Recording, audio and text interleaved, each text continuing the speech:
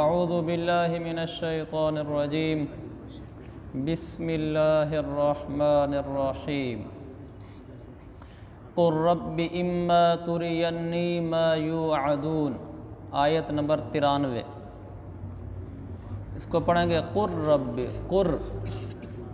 رب اما ترینی ما یوعدون رب فلا تجعلنی فی القوم الظالمین۔ اے پیغمبر آپ یہ دعا کریں کہ اے میرے رب جس عذاب کی دھمکی ان کافروں کو دی جا رہی ہے، اگر یہ عذاب آپ میری آنکھوں کے سامنے لے آئیں، یعنی میری زندگی میں عذاب لے آئیں، رب فلا تجعلنی فی القوم الظالمین، تو اے میرا رب مجھے ان ظالم لوگوں میں شامل نہ کرنا۔ کیا تواضع ہے کہ نبی یوں کہہ رہا ہے کہ اے اللہ آپ جو فرما رہے ہیں کہ میں کافروں پر عذاب بھیجوں گا، اگر یہ آپ کا وعدہ میری زندگی میں پورا ہو جائے، یعنی میری زندگی میں آپ ان پر عذاب لے آئیں، تو مجھے ان عذاب والے لوگوں میں شامل نہ کرنا۔ حالانکہ نبی تو شامل ہی نہیں ہو سکتا تھا، لیکن یہ ہم جیسوں کو سبق سکھانے کے لیے کہ نبی بھی اللہ کے سامنے عاجزی برتتا ہے اور کہتا ہے یا اللہ مجھے ان ظالم لوگوں میں شامل نہ کرنا، عذاب والے لوگوں میں شامل نہ کرنا، ہمیں سمجھانے کے لیے اپنے آپ کو یہ نہیں سمجھنا چاہیے کہ میں تو نیک آدمی ہوں، اللہ تعالیٰ کی طرف سے اگر کوئی عذاب آیا میں تو بچ جاؤں گا، ہم تو نیکوں میں شامل ہیں۔ یہی بڑا گناہگار تو یہی ہے جو اپنے آپ کو نیک سمجھتا ہے۔ نیک آدمی کی نشانی یہ ہے کہ وہ اپنے آپ کو گناہگار سمجھتا ہے، اور وہ یہ سمجھتا ہے کہ اگر اللہ کا عذاب برسا تو وہ میری وجہ سے برسے گا، اگر اللہ کا عذاب گناہگاروں پر آیا تو سب سے پہلے میرا نام آئے گا۔ وہ ایک اللہ والے کے بارے میں آتا ہے نا، بڑا معروف قصہ ہے اور بڑا سبق آموز قصہ ہے۔ مختصر سا یہ ہے کہ کسی بستی میں قحط آ گیا تھا، بارش نہیں آ رہی تھی، تو بستی کے لوگ کافی پریشان ہوئے کہ کچھ عرصہ ہوا ہے بارش کا نام و نشان تک نہیں، تو ہمیں کیا کرنا چاہیے؟ تو انہوں نے یہ سوچا کہ کل ہم کھلے میدان میں جمع ہوں گے اور ہم صلاۃ الاستسقاء پڑھیں گے اور اللہ سے دعائیں مانگیں گے تاکہ اللہ بارش برسائے۔ اب وہ بستی تھی، بستی میں یہ بات چل گئی بھی کل ہم نے میدان میں جمع ہونا ہے سب نے۔ تو اس بستی میں ایک اللہ والا نیک آدمی رہتا تھا، وہ راتوں رات اس بستی کو چھوڑ کر چلا گیا۔ اگلے دن لوگ اس کے گھر پہنچ گئے، بھئی ہم نے جانا ہے دعا مانگنے کے لیے، اس کو ساتھ لے لیں، اس کی برکت سے اللہ دعا قبول کرے گا۔ تو دیکھا کہ وہ تو بزرگ کل شام سے ہی گھر سے چلے گئے ہیں، اب یہ ان کو ڈھونڈتے پھرتے، آخر مل گئے وہ، تو وہ دوسری بستی میں گئے ہوئے تھے۔ کہنے لگے آپ کیوں آ گئے؟ تو ان بزرگوں نے کہا کہ میں اس لیے آ گیا تھا، مجھے خیال ہوا تھا یہ لوگ کل اللہ کی بارگاہ میں دعا مانگنے کے لیے جمع ہوں گے، اگر میں درمیان میں مجرم فاسق فاجر کھڑا ہوا، کہیں ایسا نہ ہو کہ میری وجہ سے بارش رک جائے۔ میں نے کہا میں نکل جاؤں، چلو پیچھے جو نیک آدمی دعائیں مانگیں گے ان کی دعا کی قبولیت میں رکاوٹ نہ ہو۔ اس کو کہتے ہیں اللہ والا، کہ وہ اپنے آپ کو یہ سمجھتا ہے کہ میں تو گناہگار ہوں، میں یا اللہ تیرے عذاب والے لوگوں میں نہ آ جاؤں۔ تو جو اپنے آپ کو نیک سمجھتا ہے یہ اس کی بڑی غلطی ہے۔ تو ہمیں ساری زندگی یہی سمجھنا چاہیے کہ میں گناہگار آدمی ہوں اور میں مجرم آدمی ہوں۔ نبی جب یہ کہہ رہا ہے کہ یا اللہ مجھے ظالم لوگوں میں شامل نہ کرنا جب عذاب برسائے، تو ہم کون ہوتے ہیں؟ وَإِنَّا عَلَىٰ أَن نُرِيَكَ مَا نَعِدُهُمْ لَقَادِرُونَ، لا قادرون نہیں پڑھنا، لَقَادِرُونَ، لام پر زبر ہے، بس لام کے آگے الف نہیں ہے، کیونکہ لا قادرون پڑھا تو عربی میں لا کا معنی آپ جانتے ہیں، لا قادرون کا مطلب یہ ہے کہ اللہ فرما رہے ہیں ہم قادر نہیں ہیں، ہمیں قدرت نہیں ہے۔ بالکل یہ تو کفریہ جملہ ہے۔ لام کے اوپر صرف زبر ہو اور آگے الف نہ ہو تو پھر کیا مطلب ہوتا ہے؟ ضرور۔ لقادرون کا مطلب لام زبر لا، اس کا معنی ضرور، اور لام الف لا اس کا معنی نہیں، یعنی زمین آسمان کا ترجمے میں فرق ہے۔ لقادرون کا مطلب یہ کہ ہم ضرور قدرت رکھنے والے ہیں، یقیناً قدرت رکھنے والے ہیں۔ تو اس لیے اس طرح کے الفاظ کو ادا کرتے ہوئے احتیاط کرنی چاہیے کہ لا قادرون کو لا قادرون نہ پڑھا جائے۔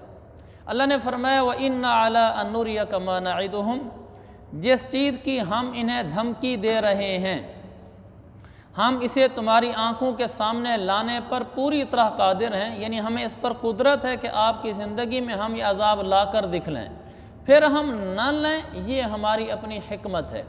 یہ بات نہیں ہے کہ اللہ نے اگر کسی موقع پر عذاب نہیں اتارا تو اللہ قادر نہیں تھا۔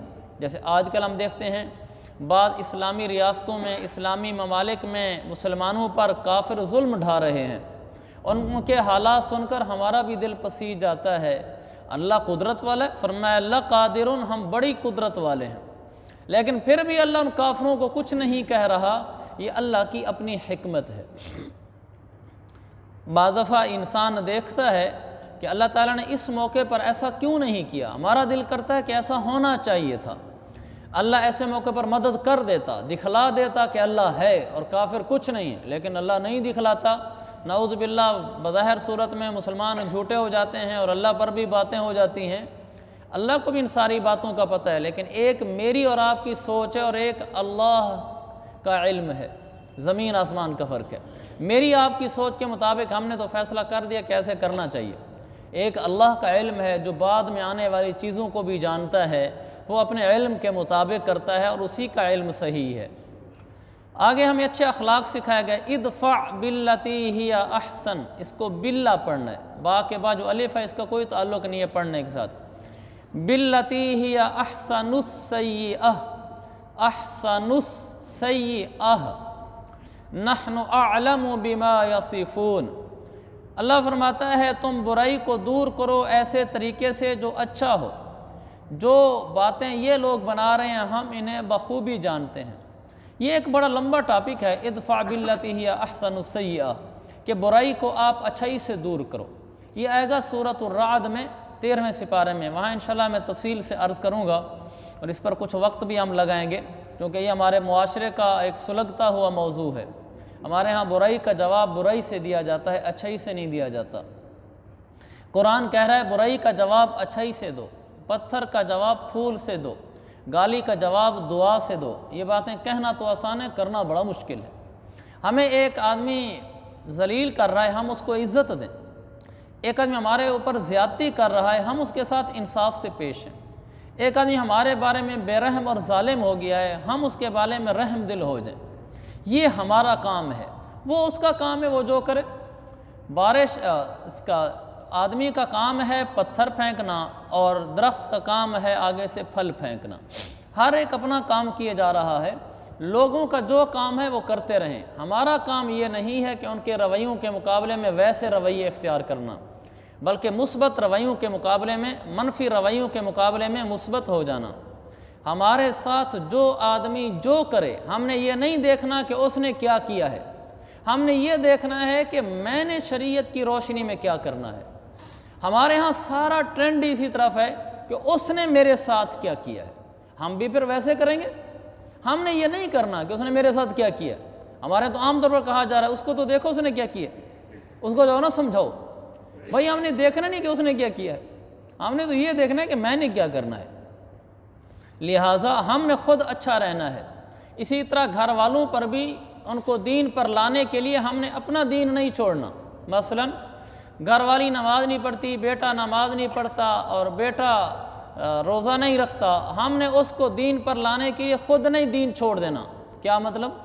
کہ اس کو ہم نصیحت کرنے کے لیے خود گالی پر اترے، ہم اس کو نصیحت کرنے کے لیے، اس کو دین پر لانے کے لیے اس کو ذلیل کرنے پر اترے، اس کو تانے دینے شروع کر دیے، بیوی کو، بیٹے کو ہم اس کو تانے دے کے سمجھا رہے ہیں تو نماز نہیں پڑھتا، تو اگلے کا دل ہم نے توڑا ہے، اس کو تانا دیا ہے، یہ تو بری چیز ہے۔ ہم اچھے اخلاق سے اس کو دین کی تبلیغ کریں، وہ آگے مانے نہ مانے وہ اس کا کام ہے، اس نے ہماری بات نہیں مانی اس کی مرضی ہے۔ ہمارا بچہ ہمارے ساتھ اچھے اخلاق سے نہیں پیش آتا، یہ اس کا کام ہے کہ اچھے اخلاق سے پیش آتا، وہ نہیں پیش آیا، میں نے اچھے اخلاق سے پیش آنا ہے، یہ میرا کام ہے۔ میری بیوی میرے ساتھ بد اخلاق ہے، یہ اس کا کام ہے، جو چاہتی ہے وہ کرے، میرا کام کیا ہے کہ میں نے اچھے اخلاق سے پیش آنا ہے۔ میرا پڑوسی میرا ذرا بھر بھی خیال نہیں رکھتا، لیکن میرا کیا کام ہے کہ میں نے اپنے پڑوسی کا پورا خیال رکھنا ہے۔ میرا رشتہ دار میری خوشی غمی میں شریک نہیں ہوتا، یہ اس کا کام ہے، جو کہ چاہے کرے، میرا کام یہ کہ میں نے شریک ہونا ہے، میں نے برائی کو برائی سے نہیں دھونا، برائی کو اچھائی سے دھونا ہے۔ ادفع باللتی ہی احسن السیئہ، کہ برائی کو آپ نے دفع کرنا ہے، دور کرنا ہے اچھائی کے ساتھ، اور یہ بڑا مشکل سبق ہے اور بڑا اہم سبق ہے۔ تو میں اور آپ ہمیشہ یہ دیکھیں کہ میں نے کیا کرنا ہے، یہ نہیں دیکھنا کہ اس نے میرے ساتھ کیا کیا تھا، وہ جانے اور اس کا رب جانے۔ آگے سے یہ بھی نہیں کہنا وہ اپنی بھگتے گا نتیجے، ہمارے ساتھ برائیاں کر رہے ہیں، ہم کر رہے ہیں اچھائیاں، ہم اپنے اچھا کر رہے ہیں، وہ اپنا بھگتے گا نتیجے، یعنی اس کو گویا کہ پھر ہم تانا دے رہے ہیں کہ تو برا ہے ہم اچھے ہیں۔ پھر بھی یہی کہنا ہے کیا پتہ اللہ تعالیٰ اس کو بخش دے اور مجھے نہ بخشے، پھر بھی ہم نے اپنی نظروں میں خود ہی مجرم رہنا ہے۔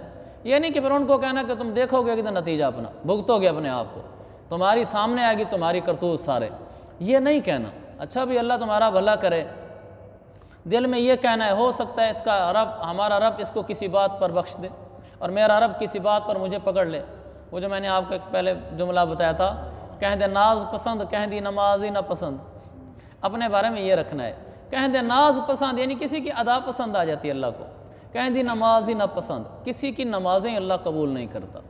اپنے بارے میں یہی سمجھنا ہے کہ کیا پتہ میری نمازیں قبول نہ ہوں، میری عبادتیں قبول نہ ہوں، میرے اچھے اخلاق قبول ہی نہ ہوں، اور اس کے بارے میں کیا پتہ اللہ کو اس کی کوئی ادا پسند آ جائے۔ جیسے زانیہ عورت کا کتے کو پانی پلانا اللہ کو یہی پسند آ گیا، بخش دیا۔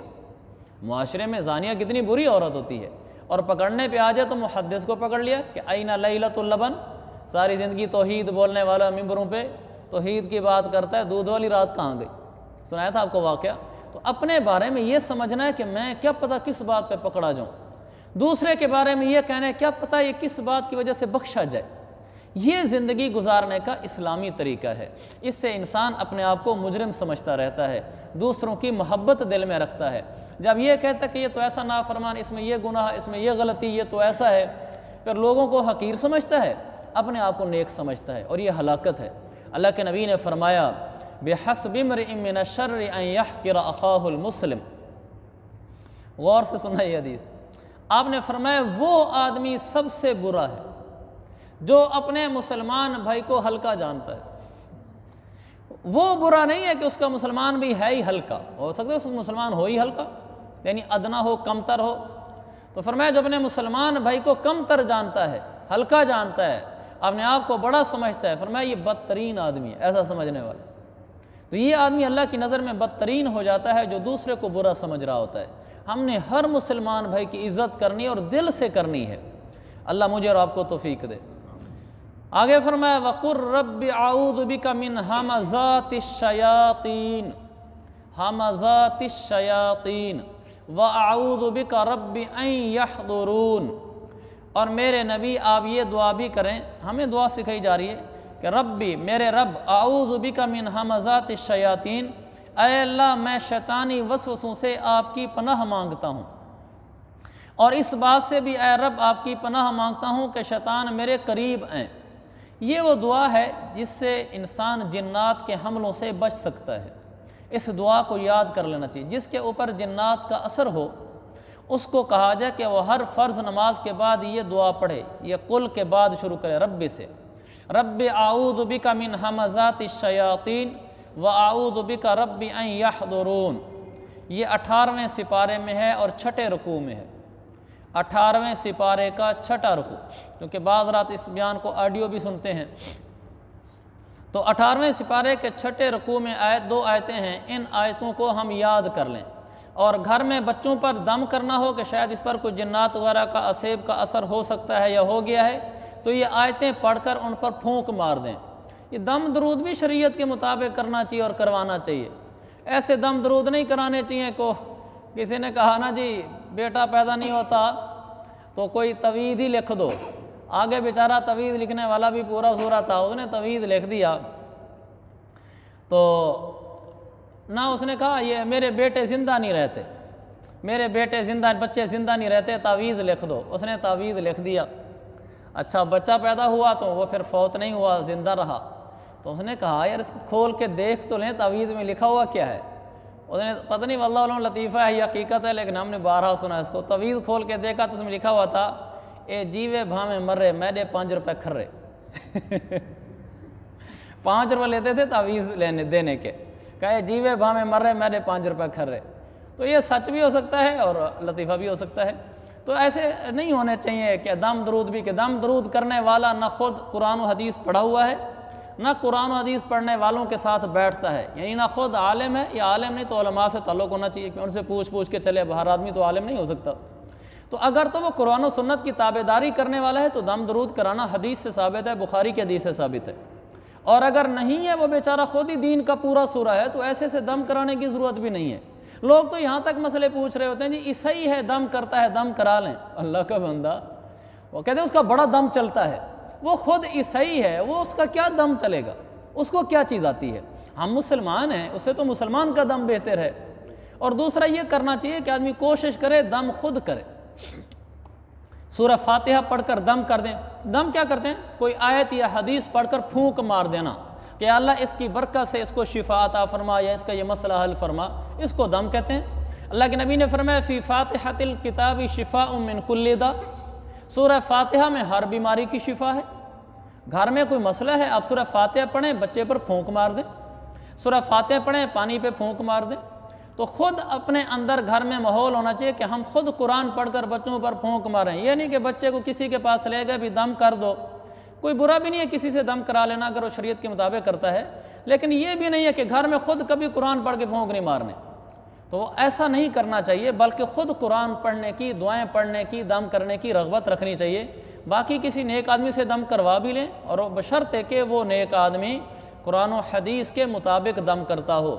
ایسا تویز تو خیر میں نے خود دیکھا ہے، ایک آدمی میرے پاس مسئلہ پوچھنے کے لیے تلمبہ میں میرے پاس مسئلہ پوچھنے کے لیے تعویذ لے کر آیا کہ ہم نے کسی سے یہ تعویذ لیا ہے، وہ دم درود کرتا ہے، تو یہ تعویذ آپ پڑھ کے دیکھیں کیا لکھا ہوا ہے، عربی میں لکھا ہوا ہے۔ میں نے اس تعویذ کو پڑھا، اس میں اللہ کو پکارنے کی بجائے فرشتوں کو پکارا ہوا تھا، یا اسرافیل، یا میکائیل، یا جبریل، آگے دعائیں مانگی ہوئی تھیں۔ جہلانہ بات ہے، اللہ کو چھوڑ کر ہم کسی اور کو پکاریں گے؟ اللہ فرماتے ادعونی، مجھے پکارو، تو اللہ کو چھوڑ کر تم کسی کو نہیں پکار سکتے۔ یقیناً وہ تعویذ 100% غلط تھا کہ جس نے اللہ کو چھوڑ کر کسی اور کو پکارا ہے۔ تو تعویذ دم درود بھی اس سے کرایا کرو جو قرآن و حدیث کا علم رکھتا ہو، یا علماء سے رابطہ رکھ کر چلتا ہو کہ اس کے دم درود بھی شریعت کے مطابق ہوں۔ تو کسی کو اگر جنات کا اثر ہو تو وہ یہ کر لیا کرے، شاید اس کا اگر بلکہ کسی بھی قسم کی کوئی پریشانی ہو تو ایسے موقع پر آدمی یہ سمجھے کہ میرے اوپر شیاطین کا، جنات کا اثر ہے، تو یہ پڑھ لیا کرے۔ حضرت خالد رضی اللہ عنہ نے حضور صلی اللہ علیہ وسلم سے کہا یا رسول اللہ مجھے رات کو نیند نہیں آتی، تو مجھے کوئی وظیفہ بتا دیں۔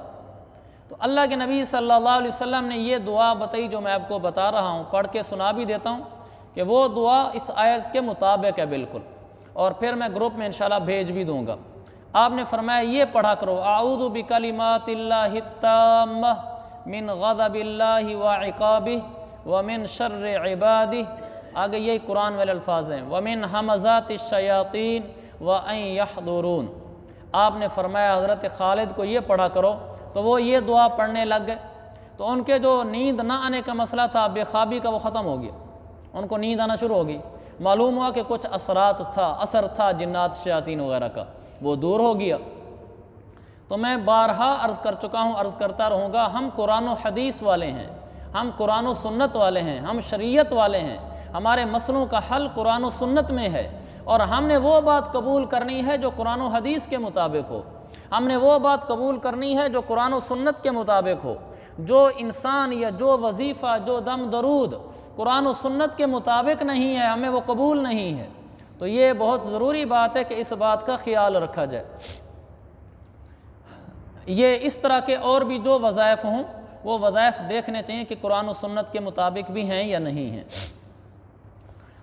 میں بچہ تھا، یہ تو ہمارے نا بعض دفعہ اتنا دم درود کی فضا بنا دی گئی وظیفوں کی کہ لوگ یہ کہتے ہیں، کسی کو کہو نا، ہمارے ساتھ تو بہت پیش آتا ہے، لوگ کہتے ہیں جی کوئی وظیفہ بتاؤ، میں عام طور پر وہ بتاتا ہوں جو حدیث میں آئے ہوں یا آیات میں ہوں۔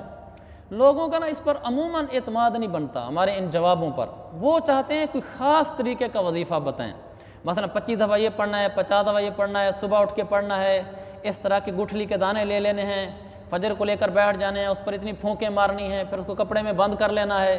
بھئی اس طرح ہمیں کوئی بتائیں، پھر تو ان کو سمجھ آتا ہے کوئی دم درود وظیفہ مولوی صاحب نے بتایا ہے۔ اگر ہم ان کو کہیں نا آپ صرف صلاۃ الحاجت پڑھ لیا کریں تو، اور فلاں کوئی مسنون دعا بتا دی، جیسے میں نے آپ کو ابھی دو دعائیں بتائی ہیں، ایک آیت والی ایک حدیث والی، تو عام طور پر دل کا اطمینان ہمیں ان کے چہروں سے نظر آ رہا ہوتا ہے، پوری طرح نہیں ہوتا۔ ہمارے بر صغیر پاک و ہند میں یہ فضا بنا دی گئی ہے، ساری چیز دم درود ہے، بس جاؤ بزرگوں کے پاس، ان سے دعا کروا لو، دم درود کروا لو، بس سارے کام ٹھیک ہو جائیں گے۔ نہ اچھا گھر بنا ہے تو مدرسے کے بچے بلوا لو، آؤ جی قرآن پڑھ دو، خود دکان پہ بیٹھا ہوئے، گھر میں بچے ہیں قرآن پڑھ کے چلے گئے، اور یہ دکان پہ بیٹھا وہاں سے پیسے بھجوا دیجیے بچوں کو، قاری صاحب کو دے دینا۔ یہ کوئی اسلام کا طریقہ تو نہیں ہے۔ آپ خود قرآن کیوں نہیں پڑھتے؟ آپ خود گھر میں اور قرآن کھولیں اور اس کو پڑھیں۔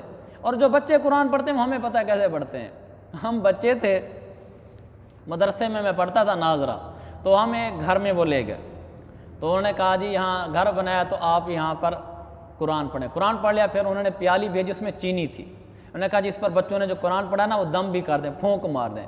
اور لڑکے بچے تھے، میں اس وقت کوئی ہوں گا 7-8 سال کا، تو جب ہمارے پیاس سے وہ پیالی گزرا نا، ہر بچہ پھونک مارے کچھ چینی باہر جا گرے، یعنی شرارت میں وہ زور سے پھونک مارے کچھ چینی باہر جا گرے، آپس میں اٹکیلیاں کر رہے ہوں اور پھونکیں مار رہے ہوں۔ ان پھونکوں سے کیا ہوگا؟ ایک روٹین ہے۔ ہم خود قرآن سے کیوں نہیں جڑتے؟ ہم خود نفل کیوں نہیں پڑھتے؟ ہم خود قرآن کی تلاوت گھر میں کیوں نہیں کرتے؟ ہم خود سورہ بقرہ کیوں نہیں پڑھتے؟ ہم کیوں ان چکروں میں پڑھتے ہیں؟ پھر ہمیں اس کا اتنا وہ کر دیا گیا، ایسے لگنے لگ گیا ہمارے معاشرے میں، بس جو مسئلہ ہو نا جا کر بزرگوں سے حل کروا لو، جو مسئلہ ہو نا حضرت سے حل کروا لو۔ اللہ کی طرف جانے کا رخ ہی ختم ہو گیا کہ بھائی اللہ کی طرف جاؤ، میرے پاس کیا آنا ہے، وہ تمہارا بھی رب ہے، میرا بھی رب ہے۔ تو اتنا رخ یہ بنا کہ لوگوں نے سارا رخ ہی بزرگوں کی طرف بنا لیا، جو مسئلہ ہو حضرت کے پاس پہنچ گئے، پیر بزرگ۔ جب سارے پیروں بزرگوں کے پاس پہنچنے شروع ہو گئے تو پھر 2 نمبر چیز عام ملنا شروع ہو جاتی ہے، جب کسی چیز کی ڈیمانڈ زیادہ ہو تو پھر دیکھا جب ہر آدمی کا رخ ہی پیر بزرگ کی طرف ہے، کچھ تو پیر بزرگ اصلی تھے اور ہیں بھی صحیح، تو وہ ایسے پیر بزرگ تو قابل احترام ہے، کچھ پھر بننا شروع ہو گئے، انہوں نے کہا چلو اس میں روزی روٹی بھی اچھی ہے، کام بھی بن جاتا ہے۔ اب ان پیروں بزرگوں نے جو خود شریعت پر عمل پیرا نہیں ہے، کسی کو کیا سیدھی راہ دکھلانی ہے، وہ تو خود بیچارہ دین سے دور ہے، تو خود چاہتے ہیں کہ لوگ میرے ساتھ جڑیں، ان کا میرے ساتھ اللہ کو، اور میں ان سے کچھ نہ کچھ بٹوروں۔ اللہ والا تو وہ ہوتا ہے جو لوگوں کو اللہ سے جوڑتا ہے، جو لوگوں کو نماز سے جوڑتا ہے، حضور علیہ السلام کی سنت سے جوڑتا ہے، اپنی ذات سے نہیں جوڑتا۔ تو پھر یہاں تک نظریہ بن گئے کہ بس ادھر سے مسئلے حل ہوں گے۔ میں سنا رہا تھا اپنے بچپن کا واقعہ، ہم گاؤں میں رہتے تھے، ہماری ابتدا بچپن وہ خاص دیہاتی پینڈو نہیں ہوتے، ہمارا بچپن ایسے گزرا ہے دیہاتوں میں۔ تو مجھے اچھے طریقے سے یاد ہے، میں بچہ تھا تو ہمارے گھر میں کوئی بڑی دعوت کا انتظام تھا، جیسے سارے گاؤں والے یا رشتہ دار جمع ہو جاتے ہیں، ہم اس کو خیرات کہتے ہیں، تو وہ خیرات ہی سارے جمع ہو گئے، تو میری بہن کی بالیاں گم ہو گئیں، یہ ہمارے گھر والے بھی بیان سنتے ہیں آڈیو میں، تو میری بہن کی نا بالیاں گم ہو گئیں، تو وہ ایک دم بھاگی، میں نام نہیں لیتا، ایک دربار کا ہمارے ہاں کا معروف دربار ہے، اس کی طرف، وہ دربار وہاں سے 80 کلومیٹر دور ہے، 80 کلومیٹر دور، لیکن چونکہ ہمارے ننیال سارے ان سے بیت تھے اور ان کی طرف ان کا آنا جانا زیادہ تھا، تو وہ اس کی طرف بھاگی، اس کا نام لیتے ہوئے اس پیر اور حضرت کا کہ میری بالیاں واپس کر دے، میری بالیاں واپس کرا دے۔ اللہ کو نہیں پکارا، یہ میں نے اپنی آنکھوں سے دیکھا، کانوں سے سنا، جیسے بالیاں گمیں تو ایک طرف اس طرف رخ کیا جس طرف وہ دربار تھا، اور ان کو نام لے کے پکارنے لگیں کہ میری بالیاں واپس کرا دے، میری بالیاں واپس کرا دے۔ مجھے اس وقت تو کیا دکھ ہونا تھا، ہم بچے تھے، ہمارے تو ذہن میں وہ ایک بات نقش ہو گئی، لیکن اب مجھے دکھ ہوتا ہے کہ ہم نے لوگوں کو اللہ نہ سکھایا۔ اس کو فوراً مصلی کی طرف بھاگنا چاہیے تھا، مصلی نہیں بچھا سکتی تو ویسے اللہ کے آگے ہاتھ اٹھا دینے چاہیے تھے کہ اللہ بالیاں گم ہو گئی، عطا فرما دے، نہ یہ کہ کسی اور طرف بھاگنا چاہیے۔ اللہ فرماتے ادعونی، میرے بندو مجھے پکارا کرو۔ تو میرے بھائیو، ہمارے لیے اللہ رسول ہیں۔ کیا مطلب اللہ رسول ہیں؟ اللہ رسول کی تعلیمات ہیں۔ اللہ رسول کی تعلیمات میں یہ ہے کہ مشکل میں، پریشانی میں اللہ کو پکارو، اسی سے اپنی دعائیں کرو تو وہ مسائل کو حل کرتا ہے۔ تو ہم اپنے ہر مسئلے میں اللہ کو پکاریں گے، اسی کی طرف بھاگیں گے، اسی کے آگے ہاتھ اٹھائیں گے۔ اس لیے کہ میرے پیغمبر آقا مدنی صلی اللہ علیہ وسلم نے ساری زندگی اللہ کو ہی پکارا ہے۔ پھر صحابہ کرام نے آپ صلی اللہ علیہ وسلم کی زندگی میں بھی اور آپ صلی اللہ علیہ وسلم کی زندگی کے بعد بھی ساری زندگی اللہ کو ہی پکارا ہے کہ یا اللہ اللہم ربی ربنا سارا۔ تو ہم نے ساری زندگی اللہ کی طرف بھاگنا ہے، انشاءاللہ ہمارے مسائل حل ہوں گے۔ تو حتی اذا جاء سے آگے موت کا تذکرہ ہے اور جہنم کا تذکرہ ہے، اور بڑا پر اثر طریقے میں تذکرہ ہے، کل انشاءاللہ اس کو بیان کریں گے۔